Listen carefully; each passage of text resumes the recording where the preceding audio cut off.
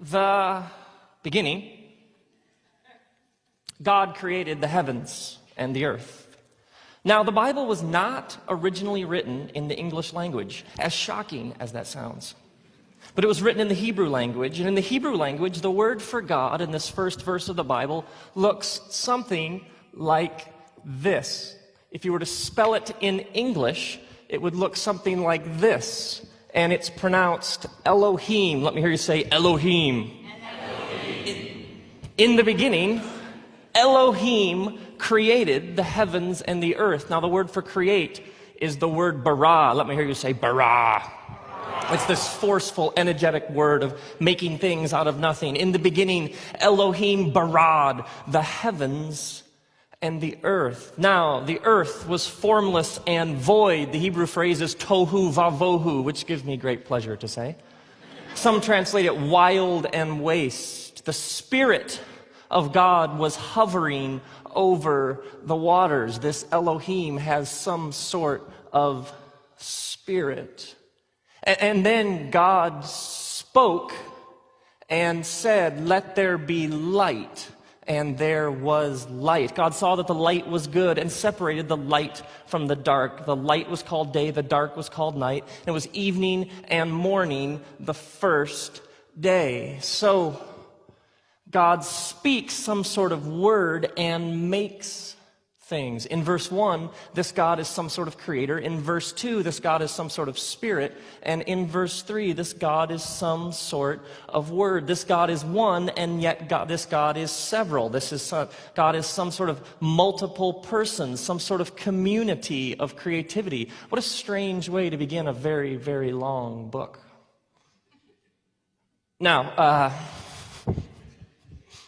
God says, "Let there be an expanse in the sky to separate the waters above from the waters below." And so God makes this expanse and calls it sky, and it separates the waters above from the waters below. And it was evening and it was morning the second day. So in this poem, right away, there's this refrain, and it was evening and morning the first day, and it was evening and morning the second day. Well, we don't say it that way. We say morning, then evening. But in this poem, which is what it is, it's evening, then morning. We'll get to that in a couple hours. Now, God said, "Let the waters be gathered to one place and let dry ground appear." These gathered waters God called seas, and this dry ground God called land. And it was evening and it was morning the third day. And then God said, "Let there be lights in the expanse of the sky to give light to the earth and to serve as signs to mark the days, the years, and the seasons." God made a greater light to govern the day, a lesser light to govern the night, and God also made stars. And God saw that it was good. And it was evening, and it was morning, the fourth day. And then God said, "Let the waters fill with teeming creatures, and let them reproduce according to their kinds." They'll figure out how. And then let the skies be filled with winged creatures, and then let them reproduce according to their kinds. And it was evening, and it was morning, the fifth day, birds and fish. And then God said, "Let there be animals, let there be livestock, let there be wild animals, let there be animals that crawl on their bellies, let there be small dogs whose owners dress them in sweaters at Christmas time." And God said, it's a little bit weird, but nevertheless, it's good. And then God said, "Let us make man and women in our image." And so God made people. And God saw that it was very good. And it was evening, and it was morning, the sixth day. And then God saw all that God had made, and God rested. Now, birds go in the sky, and fish go in water. Thank you. It's been great. The sun, moon, and stars, well, they essentially go in space, serve it to give us light and dark.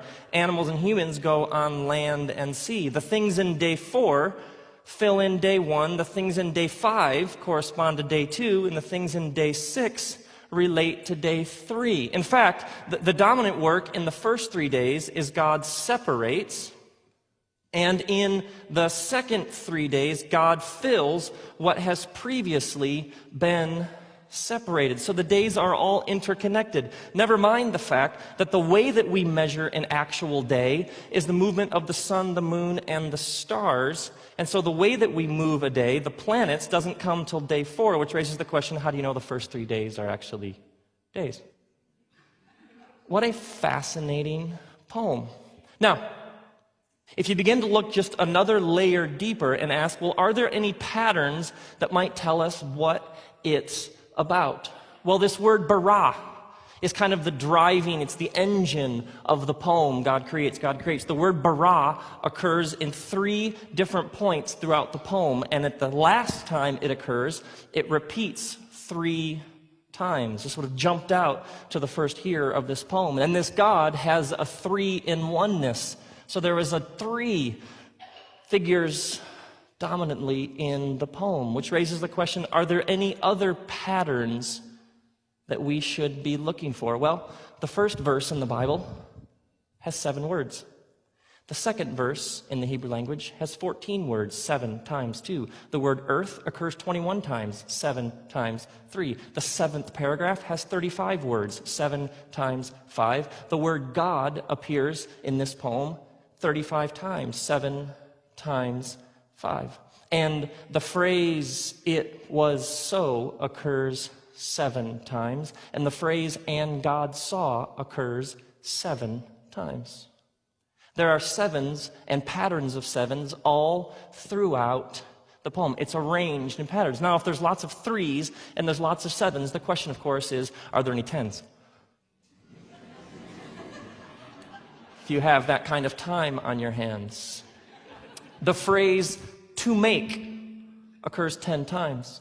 The phrase "according to their kinds" occurs 10 times. The phrase "and God said" occurs 10 times, 3 times in relation to people, 7 times in relation to other creatures. And the phrase "let there be" occurs 10 times, 3 times for things in heavens, 7 times for things on earth. You begin to think the writer had help.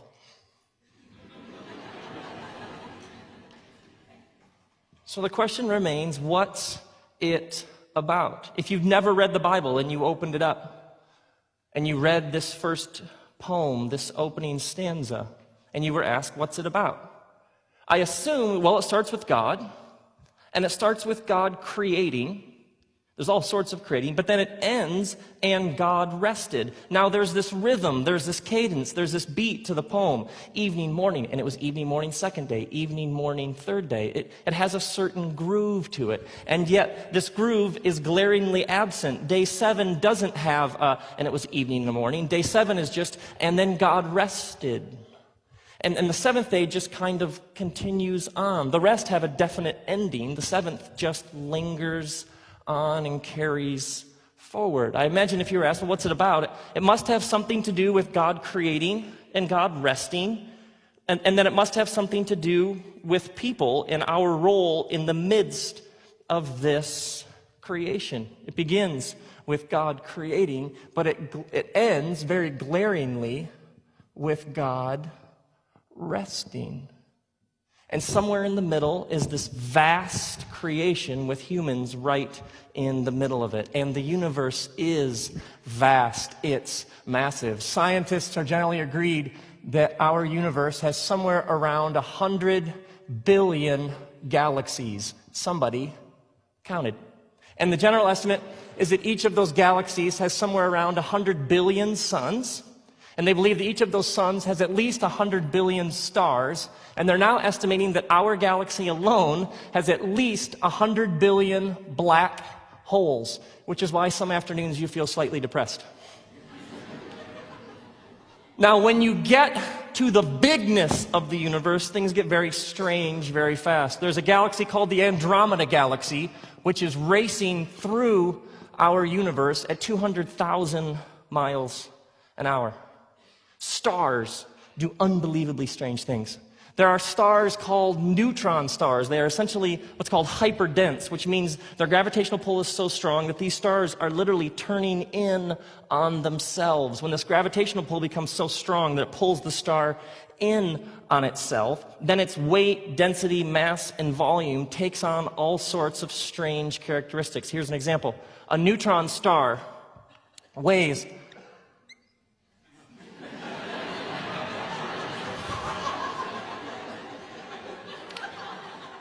has a friend named SpongeBob.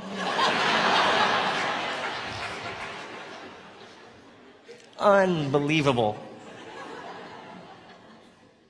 The art police would make an arrest for that, just boom. Now, a neutron star weighs several hundred million tons. A neutron star weighs several hundred million tons and fits in a teaspoon. When you deal with the bigness of the universe, things get very strange very fast. Nothing is as strange as light, which comes from suns in the form of particles called photons. And photons travel at the speed of light. Now, yes, the speed of light is incidentally the speed of light. Now, at the speed of light, and the way that light travels in particles called photons, things get even weirder. Here's an example.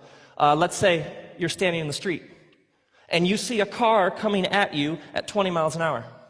You elect not to step onto the curb this way or to step onto the curb this way, but you decide to turn and run as fast as you can away from the car that's coming at you at 20 miles an hour. We don't know why you do things like this. So you turn and you run as fast as you can away from the oncoming car, because when you run, you feel his pleasure. Now, let's say the car is coming at 20 miles an hour and you reach a top speed of 10 miles an hour. Now, when you were standing still, the car was coming at you at 20. If you reach 10 miles an hour and you look back, the car will now be bearing down on you at what speed? 10. Well done. Now, let's draw this just because I think oftentimes the drawings help. Here's you. And interestingly enough, you've grown dreadlocks for the occasion. Now, 10, 20 equals 10. And we all say this because we have what's called a Newtonian understanding of the universe. Isaac Newton, mechanical laws of physics. An object in motion stays in motion unless acted on by an outside. Flashbacks to 9th grade. We were taught that there are these rules that govern how the universe functions. Safe, predictable, plug in the numbers, and you'll get your answer. We were essentially taught what's called a cause and effect understanding of the universe. Certain things work on other things to produce and lead to certain results. Give me A, give me B, I'll give you C. The problem is, light travels at 670 million miles an hour. If you're standing in the street and a particle of light comes at you and you turn to run the other way, which raises a whole other set of questions. If you're standing still, it comes at you at the speed of light. If you turn and run 1 mile an hour, 10 miles an hour, 100 miles an hour, 1,000,000 miles an hour, and look back, that particle of light will always be bearing down at you at the exact same speed, the speed of light. Well, a man named Albert Einstein got onto this in roughly 1915. He said, wait. The more he discovered about light, he said, hold on, light doesn't follow any of the rules of our Newtonian understanding of the universe. Einstein said, wait. He essentially said the universe is not static. When it comes to light, there is no A plus B. Light just does its own thing. When you get to the bigness of the universe bends and it warps and it distorts. And it doesn't matter how fast you run away from light, it always will be pursuing you at the exact same speed. Well, as you can imagine, this is obviously his general theory of relativity was an absolute revolution in the way people saw the universe, because it was assumed that the universe had these predictable, predetermined ways that it operates. But with light, it simply doesn't follow any of those. The universe and its bigness is just plain weird.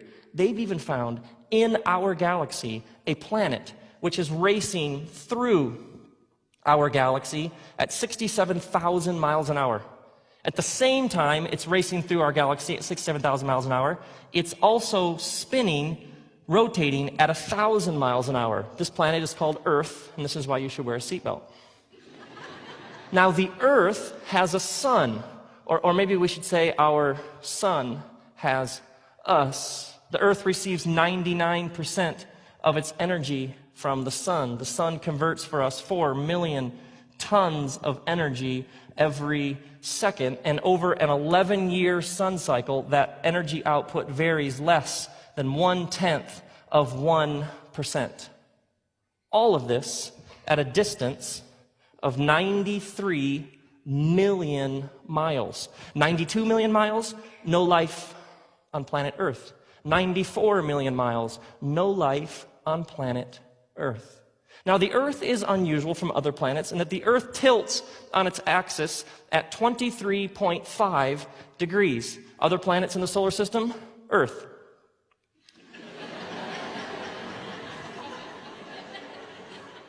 Now, the question is, why does the Earth tilt? Well, if the Earth did not tilt, it would run the risk of becoming what's called tidally locked, which means one side of the Earth would get stuck facing the sun all the time, while the other side would never see the sun. So the one side of the Earth would get hotter and hotter and hotter until it could not sustain human life, while the other side would get colder and colder and colder until it could not sustain human life. So this 23.5 degree tilt of the Earth's axis is just exactly precise to allow this little blue and green floating ball to sustain human life, which raises the question, why does it tilt?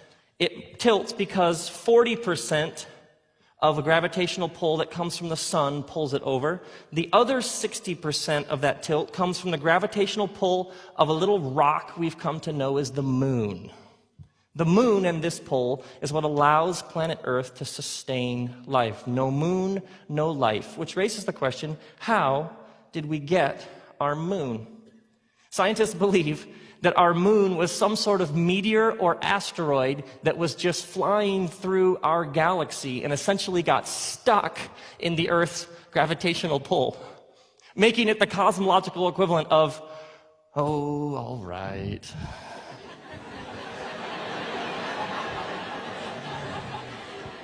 But I have a dark side.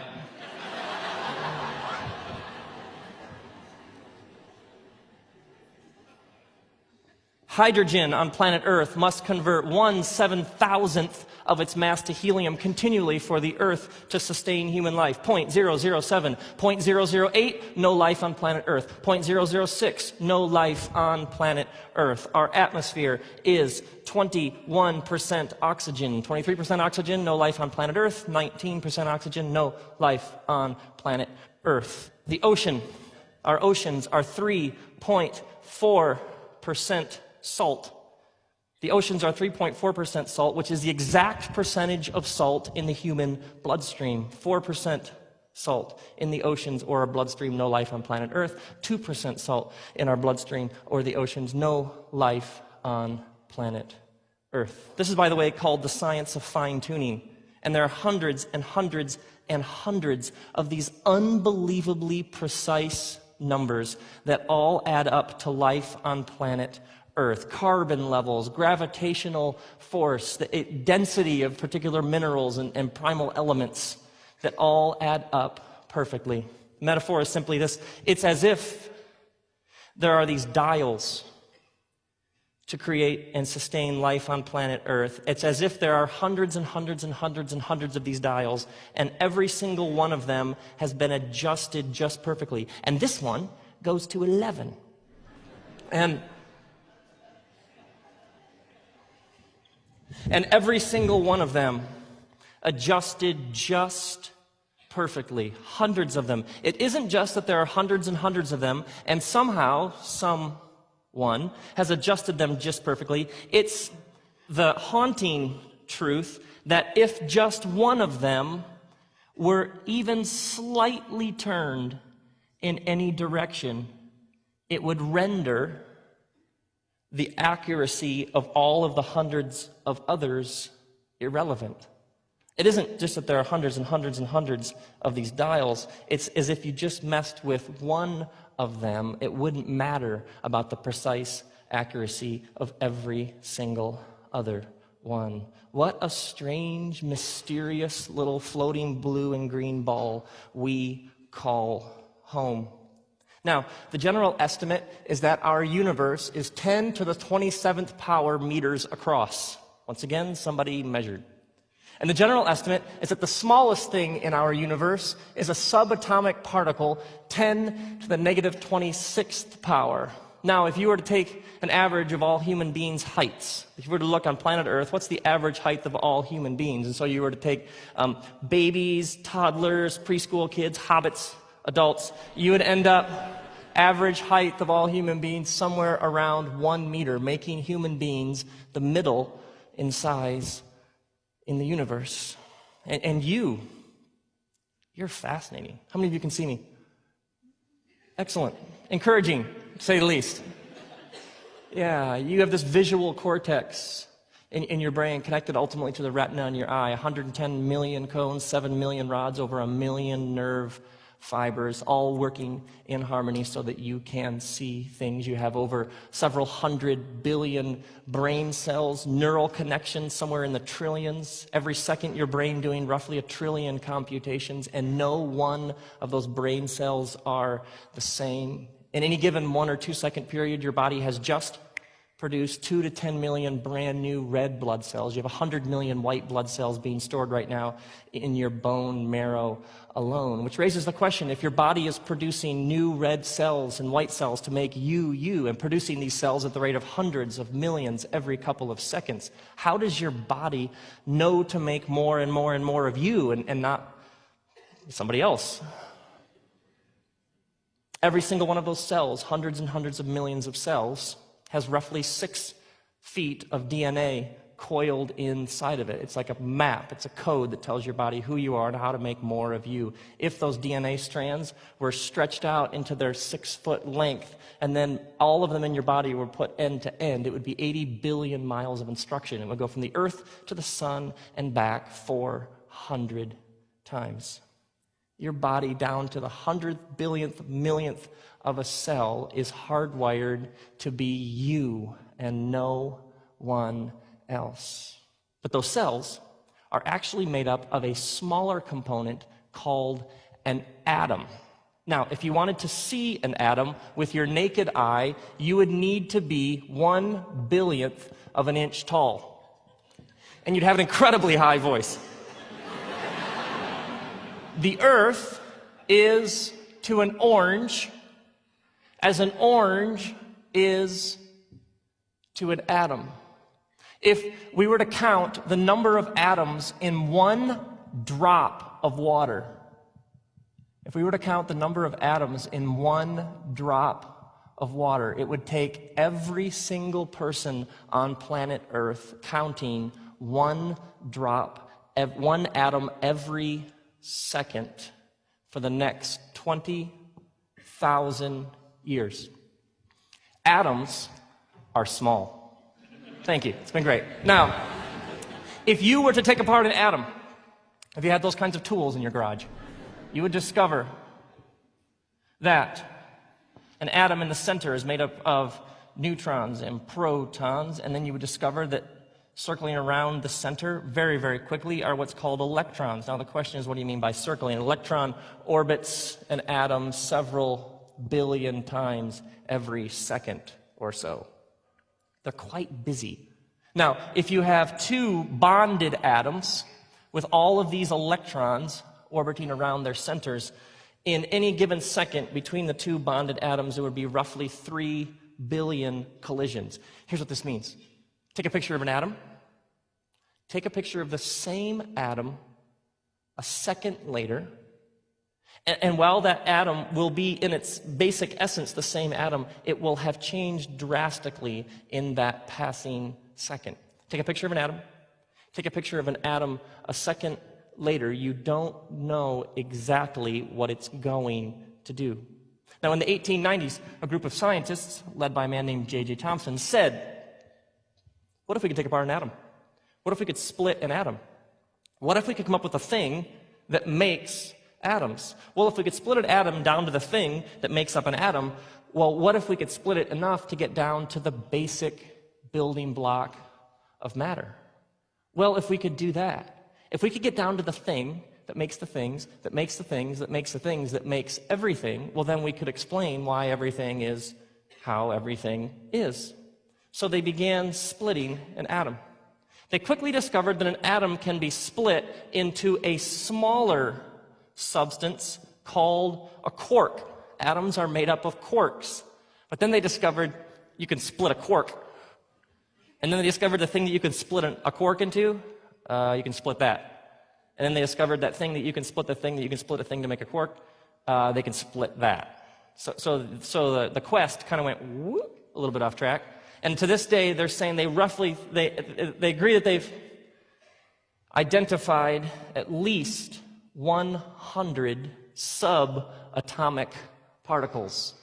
You got your bosons, gluons, nuons, leptons, mesons, endless lists of these unbelievably small things. If you've ever heard the term quantum physics, quanta simply means packets of energy. Because at its core, these atoms and these quarks are simply these bundles of energy. Now, when you get into the subatomic realm, things get very, very strange. They have discovered that a quark can be in one place, can disappear, and appear in another place without traveling the distance in between.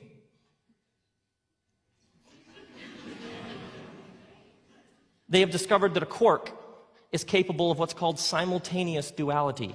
They have observed quarks, one quark that is capable of being in two different places at the same time. In 1949, a scientist came up with what's called Bell's theorem, a personal favorite of mine. Bell's theorem was essentially this discovery. You can take a quark, an atom, and split it in half, and put one half in New York, and you can put the other half in San Francisco. If you take the quark in New York, and you reverse the spin of its electrons, at that exact moment, the half in San Francisco, its electrons will reverse their spin as well. If you've heard of the butterfly effect, that's essentially a popularizing of Bell's theorem. In New York State, in 1997, they discovered an exotic meson, and we all know how exotic mesons can be. This meson appeared for a trillionth of a second, and then it was gone. They don't really know where it came from, and they don't really know where it went. And so you have these unbelievably brilliant subatomic quantum particle physicists saying things like, I don't know. They have discovered a subatomic particle called a lepton. And the general consensus is that leptons do exist as individual subatomic particles. The only hitch is they've only been able to observe leptons in communities of 2 and 3. And so they say, yes, we understand that this is a single lepton. The problem is we only find them existing in groups of 2 and 3 oneness.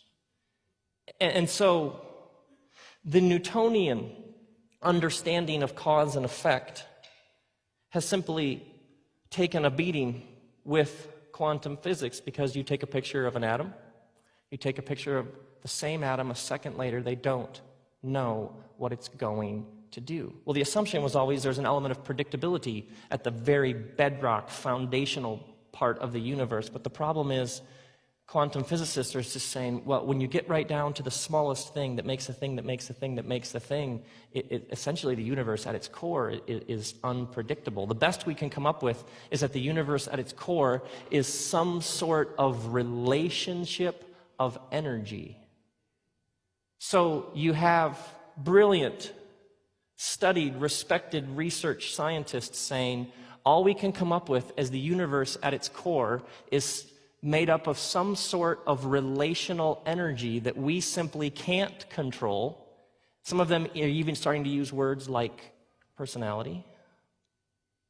And that this energy that holds everything together, that brought everything into existence and somehow sustains or holds everything in existence, gives life to everything, and simply has a mind of its own. We cannot conquer it or put it in a box. It is simply above and beyond what we can comprehend. High-end particle quantum subatomic physicists are starting to sound a lot like ancient Near Eastern Jewish poets. Now, for years there's been a disparity because you have those trying to explain the weirdness of the bigness of the universe, my technical scientific language, the weirdness of the bigness, and then you have others at the quantum level talking about the weirdness of the smallness. But these two ways of explaining why things get so strange when they go big and why things are so inexplainable when they go small have essentially been two different ways. And so there's been a search for years for what's called a unified theory. Is there some way to explain why the universe, whether you go incredibly far out or incredibly far in, is just strange and unpredictable, and it bends, and light does all sorts of things? Is there some way to explain it all? And a group has come along who have said, well, the way to explain it is that the ultimate building block of reality is actually small strings. These are called string theorists, and they've presented to the world essentially what's called string theory. So you immediately say, well, wait, well, what do you mean by small? They're essentially saying the universe is to the earth as the earth is to an atom. The universe is bigger than the earth in the same way the earth is bigger than an atom, in the same way an atom is bigger than one of these strings. Yeah. And they're saying, well, the real issue isn't the bigness and the outness or the smallness and the inness. The real issue is multiple dimensions of reality. Now, to get our minds around dimensions, this is a rectangle and this is a circle. Now, this circle will never be a rectangle, and this rectangle will never be a circle. This board that I'm writing on is a two-dimensional surface. It has height and it has width. And so in two dimensions, this rectangle will never be a circle. This circle will never be a rectangle. If you ask me which is which, it's either or. It's either a circle or a rectangle. Now let's move from 2 dimensions to 3 dimensions. Let's add a dimension. This marker from the side is a rectangle. And yet, if you look at it from the end, it's a circle. So in 2 dimensions, it's either a rectangle or a circle. You add a dimension, and all of a sudden, what was either or mutually exclusive becomes both and. If the question was, well, is it a rectangle or a circle in 3 dimensions? Yep. How much blood has been spilled and oxygen wasted arguing over whether it's this or this, when maybe sometimes the answer is yep? Think about religion alone. Faith or science? Yep. Predestination or free will. And the one side has a list of Bible verses, kung fu, and the other side has their list of Bible verses, and maybe the good God who made everything is like, look, I gave you the marker trick. Yep. And you have the circle group, which is like, come on, man, join the circles. Universal loving embrace. Come on. And you have the rectangles. Wait, we have right angles. We are 4 times more right than you are. But you But you're dangerously close to becoming a square. Yes, what we need are more straight lines, not all this, what we need are straight lines. But dude, you can't smoke a rectangle.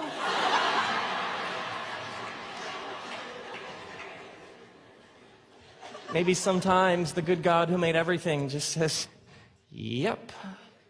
Now, in the 1800s, a British headmaster named Edwin Abbott proposed a land of people who were trapped in 2 dimensions. What if there was a land of people who did not have 3 dimensions as you and I have, and they were trapped in 2 dimensions? He called this land Flatland. What could we learn as enlightened 3Ders if we were to spend time observing those trapped in 2 dimensions? How, if you lived in 2 dimensions, would you experience something that had 3 dimensions? What if you were trapped in Flatland and all you had was height and width? And what if you encountered a 3-dimensional object? What if my ring passed through your 2-dimensional world? What if a 3-dimensional ring passed through this flat 2-dimensional world? If this ring was able to pass through this marker board, how would they see it? Imagine when it first touched, it would be a point. Then as it continued to go through, the point would turn into a line, and then it would turn into 2 lines, and then when the ring was halfway through, it would appear as 2 different lines, and then if it kept going, the lines would come back together, point, and then it would be gone, correct? Because you talk about this all the time with your friends. You're out of the restaurant. You know, I was thinking the other day, napkin, ring, I don't know. Now, how would these 2 process what they just experienced? How would the 2 of them, if that happened? Did you see that? A little weird, wasn't it? What was that? I don't know. Well, what did you see? Well, I saw a point, and it turned into a line, then it turned into 2 lines, and then the lines got farther and farther apart, then they came back together, 1 line, point, and then it was gone. I know. I think it was something more. Well, what do you mean? I think it might have been a ring. What do you mean? It almost has, to me, a certain Monty Python. A ring? I do say. A ring? Yeah, I think that the point, line, point, I think that was actually something more. Well, have you ever seen a ring? No. Ever seen a picture of a ring? No. Ever held a ring? No. Never been to Ringville? No, you haven't. So, no, you know what all it was? Point, line. That's all you need to know. Line, point, gone. That's all it was. I don't know. I just, do you have any evidence? No. Do you have any proof? No. Any photos? No. Anything in a lab you can test? No. So this person ends up having to use words like, I don't know, I just sense, feel, trust, believe, have faith. And so the experience of the ring actually reveals 2 vastly divergent worldviews. The one person immediately shifts into Flatland is all we have. It's all we can prove. It's all we know. It's all we can document. And so it's all we have the empirical evidence for. The one person essentially becomes what's called reductionistic. All it was point, line, point, gone. And they can argue very persuasively because this person can't come up with any tangible evidence. And so their worldview is essentially, it's all it is, there's nothing more, don't be all weird. And this person is left in the awkward position of maybe being definitively convinced that that was a ring, and yet all they can do is talk about nudges and hints and senses and feelings and beliefs and maybe even have to use words like faith. Now, what if me, Rob, in all of my 3D-ness, what if I decided to mess with them and I came and just kept my hand like right here?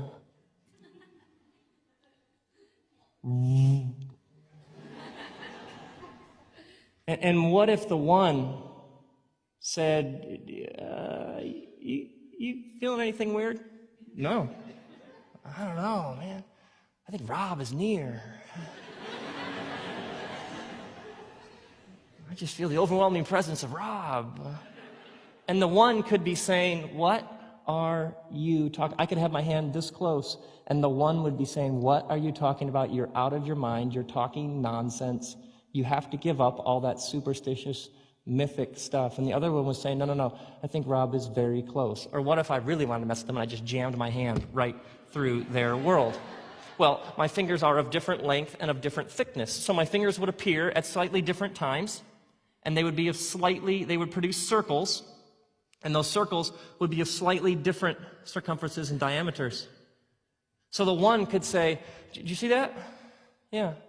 I think all those 5 circles, I think they're all related. What? They came at different times? They're different sizes? No, I think it was the hand of Ra. And once again, the person with the reductionist viewpoint is they came at different times, they're of different sizes. You have to give up this mythic, superstitious nonsense. All you have is a couple rings, circles that don't have any relation to each other. And the other one sounds like they've completely lost their mind, but in fact, they are dead on right. See, their experiences of three-dimensional objects would expose vastly different worldviews, and the one who sounded crazy would actually be dead right, and the one who sounded extremely rational, calculating, and weighed all the evidence would be missing a whole new reality right here within this one. Now, in Flatland, you also run a risk because there are boundaries in Flatland. There are those who say this is simply how it is. There is no other world. There is no higher law. There is no greater purpose. We have Flatland. That's all we have. And there would be others who would keep insisting there's more, there's beyond, there's something else. And you would have great conflict. The story of human history is the story of enlightened souls again and again who simply insisted this isn't all there is. And others who had great power invested in maintaining this is all there is ultimately have harmed lots and lots. If you were to sort through the crucifixion of Jesus Christ, what is it? The world was ruled by an empire that simply said this is how it works. The Roman emperor is God. Bow down to the emperor. The empire is all-powerful. And an obscure Jewish rabbi comes along and preaches the kingdom of God. What is the essential conflict within the story of Jesus? Somebody who simply looks at the power brokers of Flatland and says, there's more. There's more. Now, you and I are trapped in time. We cannot go to the right in time. We cannot go to the left in time. We cannot go up in time or down in time. You and I are trapped in what's called linear forward time. We can only go forward. We cannot go back in time. And so, you're born, you pay taxes, you watch your country's World Cup team lose, you die. Now, you and I cannot go, we can only go forward in time, left, right, up, down, forward. We cannot go back in time. Time is one dimension, and yet we can't go back, and so essentially we lose the back. Time, you and I are trapped in a half dimension of time. Time for us only goes forward in one direction. Now, what if there was a being who wasn't trapped in one dimension of time? What if there was a being who had a two-dimensional awareness of time? What if there was a being who had a three-dimensional awareness of time? Well, you and I have a three-dimensional awareness of space, so what if there was a being who had an awareness of space and time the way that you and I are aware of space? What if there was a being who looked at this marker? Let's have this marker represent your life and my life. Born, pay taxes, die. Now here's your life, here's my life. What if there was a being who had a three-dimensional awareness of time? Could they, in looking at our life, do this? Could they do this? Could they do this? Would they say, oh, I have no idea what she's going to do next? No, they'd probably just say, yep. They wouldn't be confined in any of the ways you and I are being confined with. They might even use phrases like, in the beginning, before time, to which those trapped in a half dimension would be like, that's not helping. At the time of this poem, Genesis emerged among a group of people who lived in a culture in which people assumed that the gods and goddesses are trapped in time just like humans are. So the gods and goddesses are born, they start to get ill, so you build them a giant pyramid, stuff all their stuff into the pyramid, they die, and then their son or daughter comes along and rules, and then the next ruler. And so their understanding was that the gods and goddesses are trapped in a half dimension of time just like we are.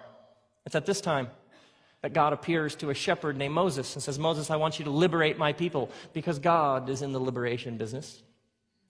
And God says to this shepherd, Moses, I want you to set my people free. And Moses is a very practical man and says, okay, but I'm going to need a name. Can you tell them what your name is? And God says to this man, Moses, well, just tell them my name. Just tell them I am. To which Moses responds, because that pretty much clears it up. Yeah. Nothing fuzzy there. Now, wherever you have 10 rabbis, you have 20 opinions on about what the name means. Some say the name means I always have been, I am, I always will be. Others say way too cumbersome. The name is essentially raw essence. I just am pure existence.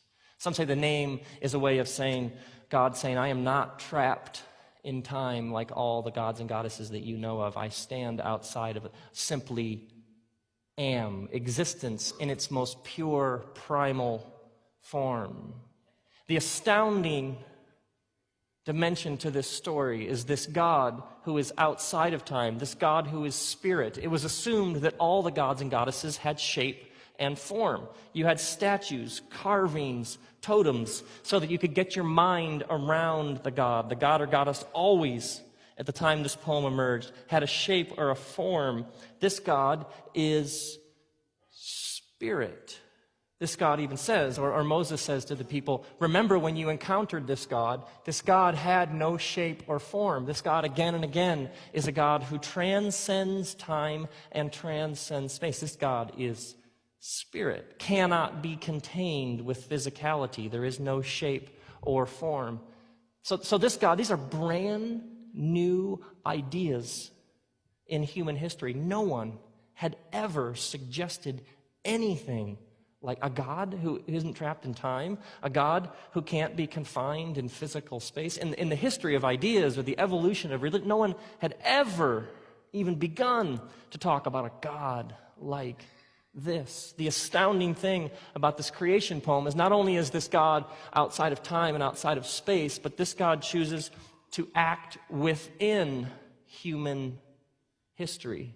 This God chooses to act in tangible ways, and that act is to create. This God who is endless, infinite, beyond, who has no boundaries, edges, thingness, shape, or form, chooses to act very specifically in human history by creating. And then in Genesis 2, another account of creation, this God breathes into dust and makes people. Now, at the other end of the spectrum, there is this realm of the spirit with no shape, form, no physicality. There is this realm in Genesis 1 of physicality: light, dark, sky, water, land, sea. And then out of the land comes trees, and the trees produce fruit, and the fruit has seeds. So in Genesis 1, there is a dimension of this God as spirit. This God has no physicality. And then at the same time, there is this physical universe that's being brought into existence. And each thing in the poem is more complicated than the thing before it. Light and dark. Well, sky and water, you can actually hold water. Land and sea, dirt, you can actually hold dirt. So each thing, tree, is more complicated and advanced, more detailed, more precise than rocks. And then fruit is more complicated, more designed than trees, but then the seeds can fall on the ground and produce another tree. Maybe this would help. Frisbee, iPod. Now, somebody going, yeah.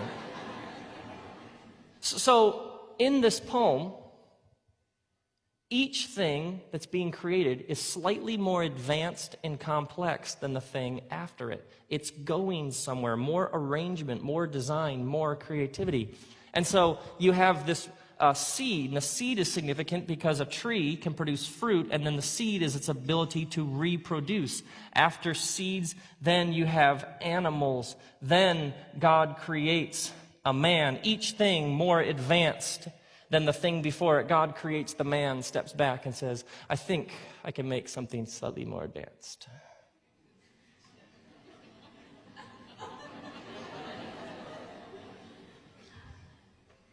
Any girl power in the room whatsoever? And so she shall be called woman, because when the man first saw her, he said, whoa, man.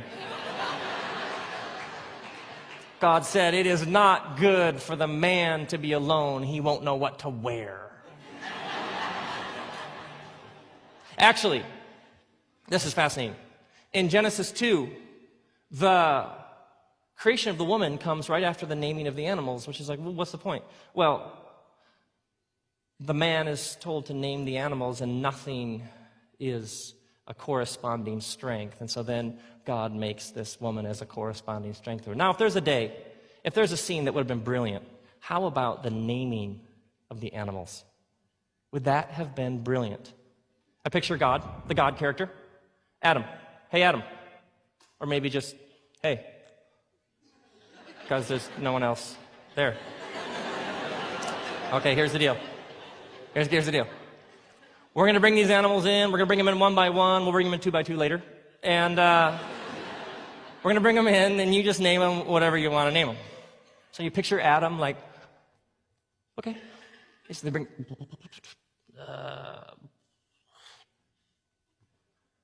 hippopotamus. Picture God like, yeah, okay, hippopotamus.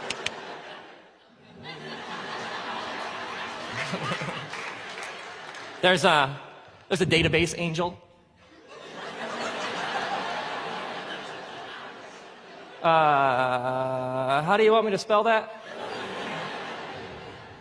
Any way you want.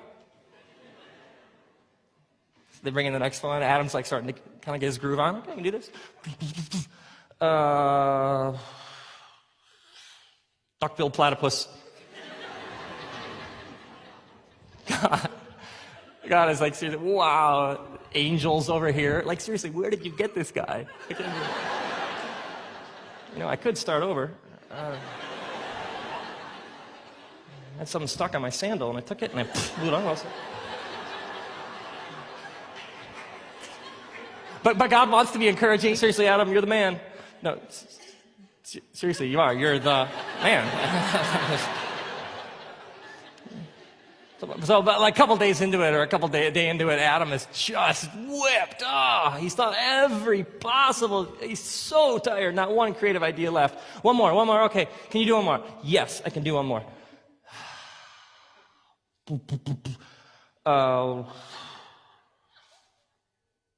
Dog.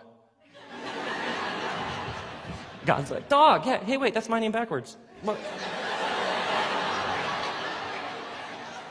Oh, one more, really? Yeah, one more. Whoa, okay. Cat. Cat. Hey, wait, I didn't make those.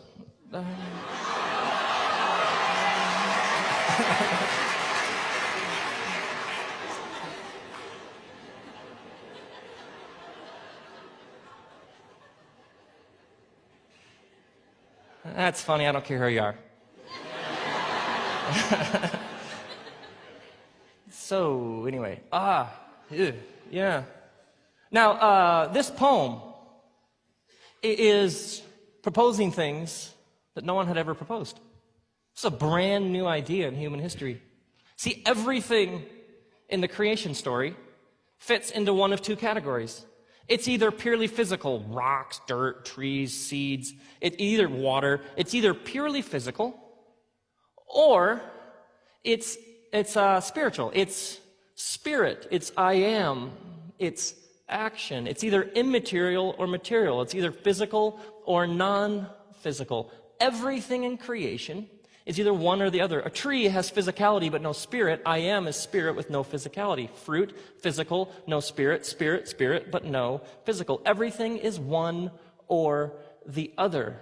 Angels, spirit, no physicality. Sky, water, physicality, no spirit. And then, in this creation story, the human being is physical, dust, and yet is breathed into by spirit. There is nothing in the entire created realm that is totally spiritual and totally physical. Is a human being spiritual or physical? The answer, of course, yep. Now, this has profound implications for how you and I understand what it means to be human. You are here. Maybe you've heard somebody say, well, I'm just not into spiritual things. Are you a human being? Yeah, too late. The issue is not whether you're a spiritual being or you have a spirituality. The issue is whether your eyes are open and you're aware of it. You cannot deny what is central to your makeup as a human being. In the Hebrew language, there is no word for spiritual. If you would have said to Jesus, Jesus, how is your spiritual life? What? What do you mean? Because to label one area spiritual is to label other areas not spiritual.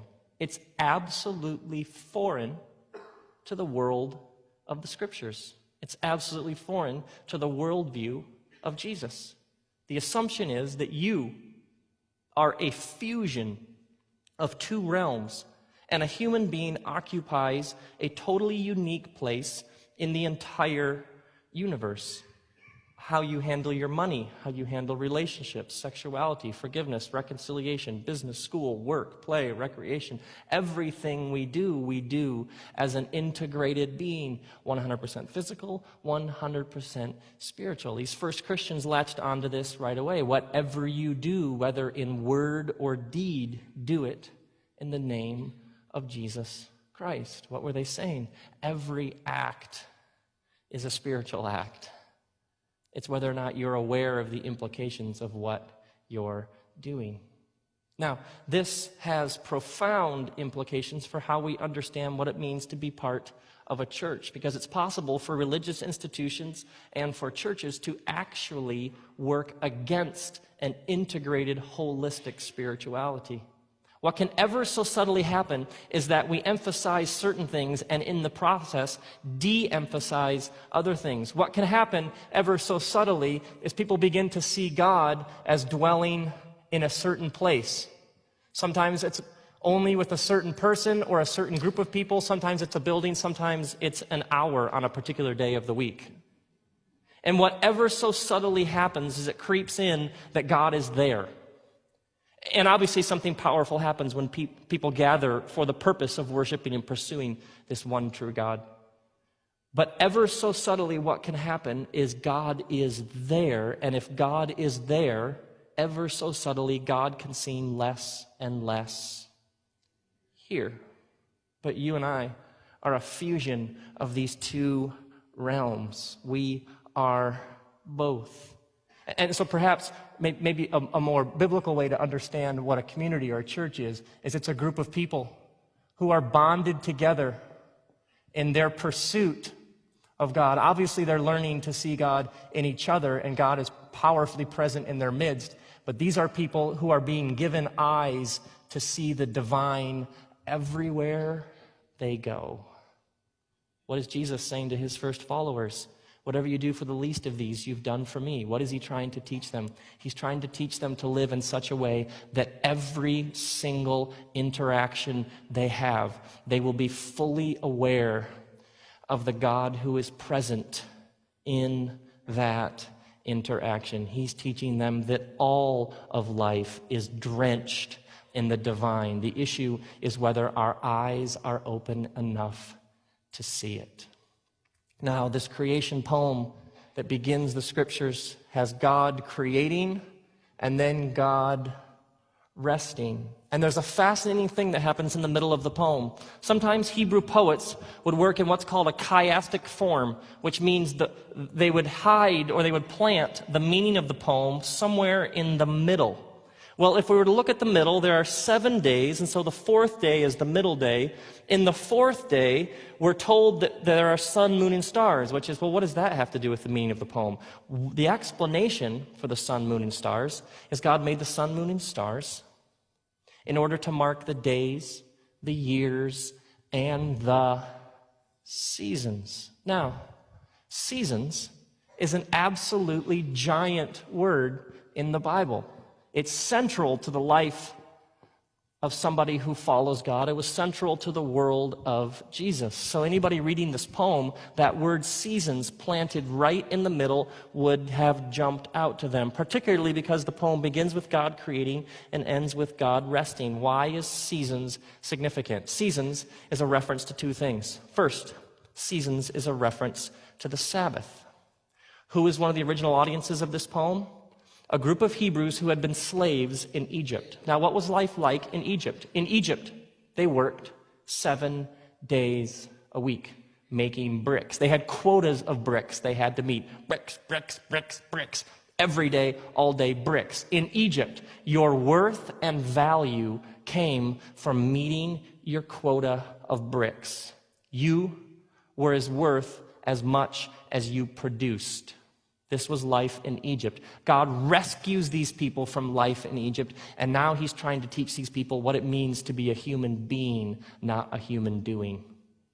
God is trying to teach these people what it means to be human. You are not a machine. And in Egypt, their worth came from what they produced. And God is trying to teach these people, your worth does not come from what you produce. Your value does not come from bricks.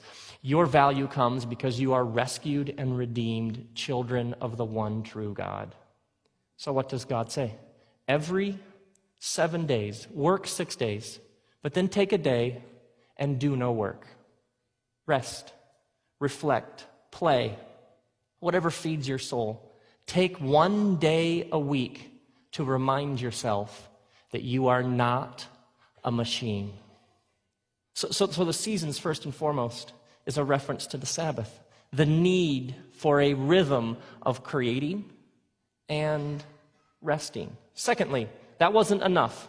In the scriptures, it's not just every 6 days, then take a day and Sabbath, rest, play, sing, dance, whatever feeds your soul. But there were 7 major feasts throughout the year where God said, play, you will have fun. And so 7 times a year, there were these giant feasts. The Feast of Sukkot in the fall, literally an 8-day celebration. Singing, dancing, adult beverages, whatever. Giant. The seasons, the Sabbath, and the 7 feasts were essentially God's way of saying, somebody get me a DJ. Now, there was, in the culture at this time, there were several other creation stories. The central creation story that was popular among the masses when this Genesis poem emerged essentially taught that the world came about because of conflict. It still survived. You can go to a library and read up on it. Essentially, the belief was that the world came about because this God was mad with this God, and this God was jealous with this God, kind of like big-time wrestling meets soap operas in the sky. And there was a smackdown here, and there was a love triangle here, and out of this conflict came the earth. So the essential belief among most people at the time of Genesis 1 is that the earth came about because this God was upset with this God, and out of their primeval conflict and battle, we got the world we know. This poem charges onto the scene, and it's similar in many ways to those poems. It speaks of land and seas and dirt and creating and shaping and forming and clay. It speaks of many of the same elements, and yet it makes vastly different claims. This poem, arising out of the same culture, says, no. We are not here because of divine conflict. We are here because this one true God who exists in some sort of loving, endlessly giving, generous community, this one God is so filled with joy and beauty and creativity, it's as if this God can't help but create. I mean, this God starts creating things, and then this God compliments himself, like, man, that's good. This God loves to make things so much. This God just makes things and makes things and makes things and just loves to make things. This God makes things and then says to them, okay, now you make more. And you make more. This God loves to make things that can make things. This God makes people in this God's image and says to them, now you take care of it and share in my joy. This poem was absolutely radical in human history because it said, we're not here because of conflict. We're here because of joy. We're the result of divine creativity that said, I can't help but give and spread what I have to more.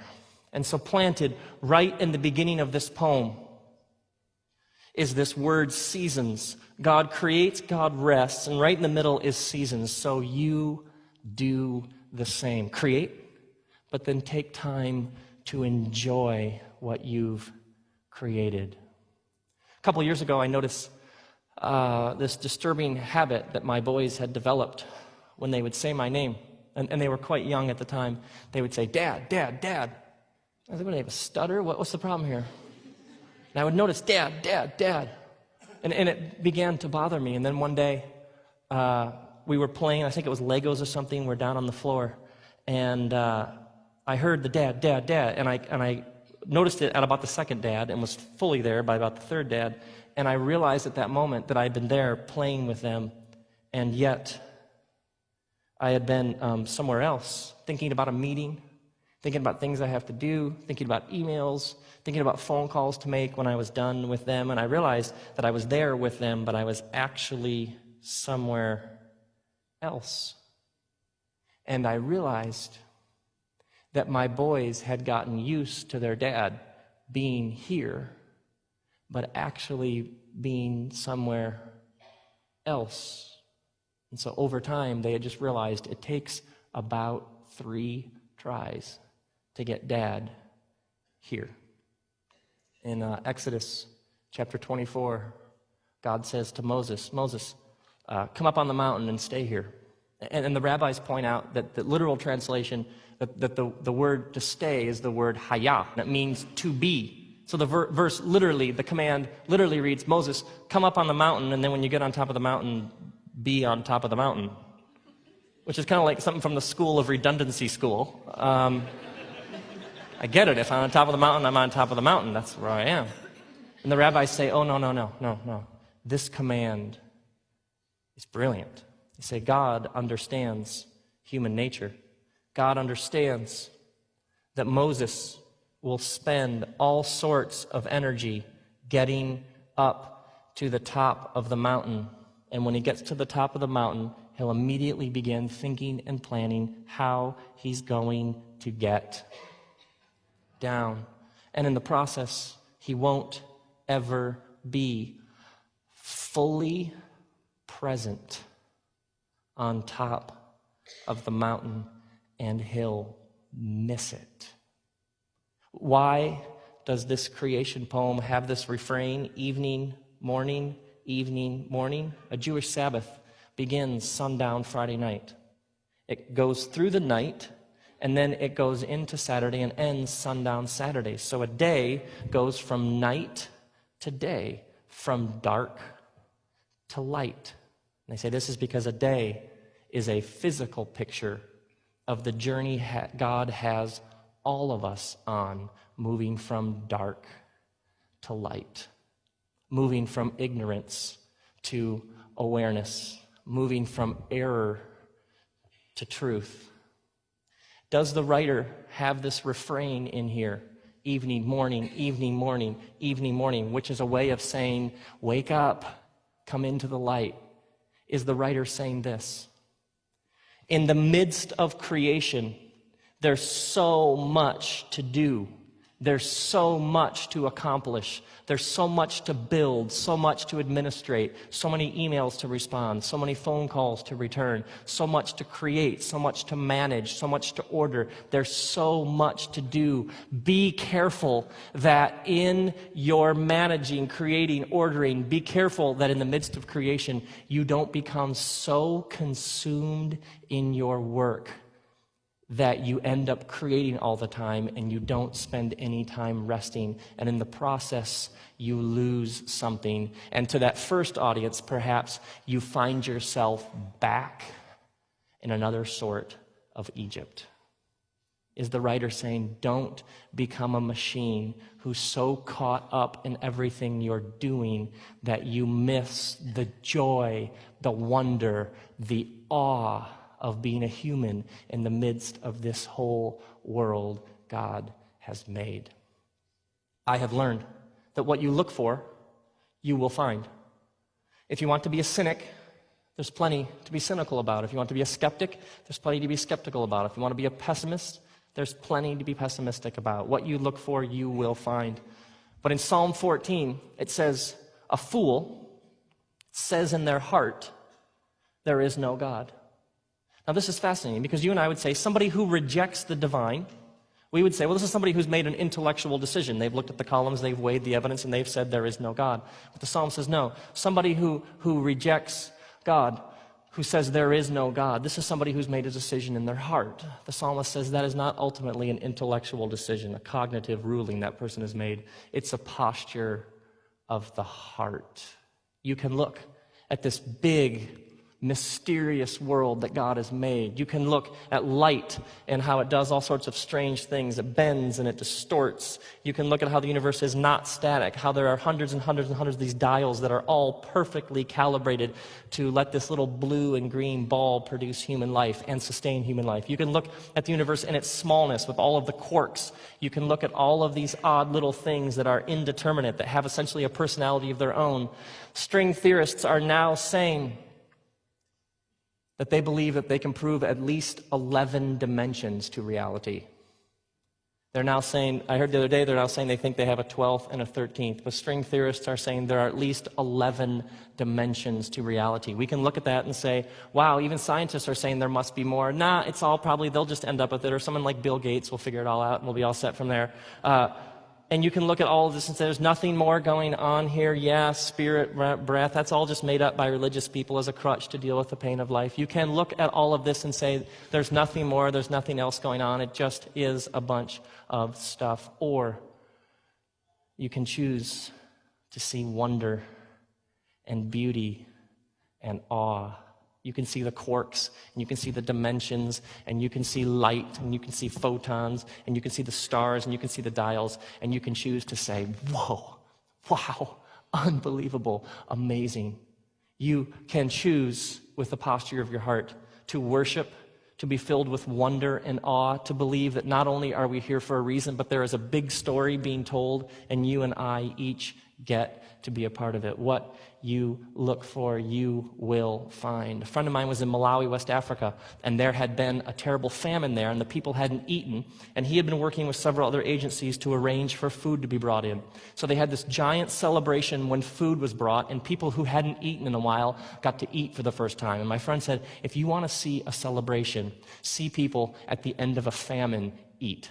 He said it was unbelievable, singing, dancing, just living in the moment of we can now eat. And he says they set up this tent awning out in the middle of this field, and he says partway through the celebration, he says they hear this unbelievably loud like whirling noise, and they step out of the awning and they look to the side, and there, headed towards the clearing, was a tornado.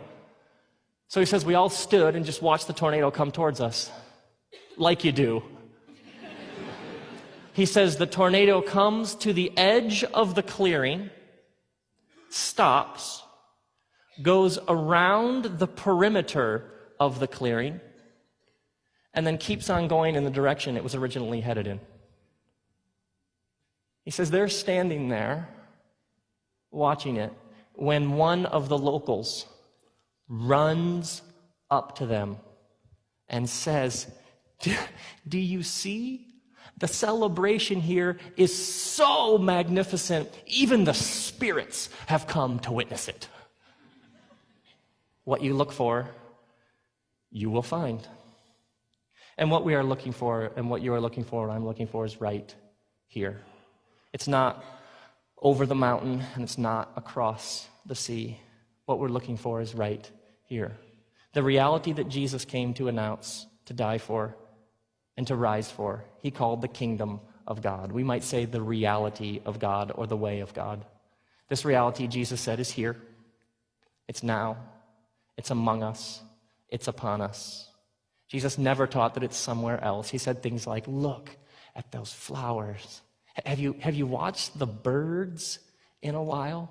Notice in your conversations with the least of these, you might even find God there. He came essentially to articulate for us an integrated, holistic spirituality, that everything we are looking for is not over there, it's not behind there, it's not down there, it's right here. The issue is if our eyes are open to see it.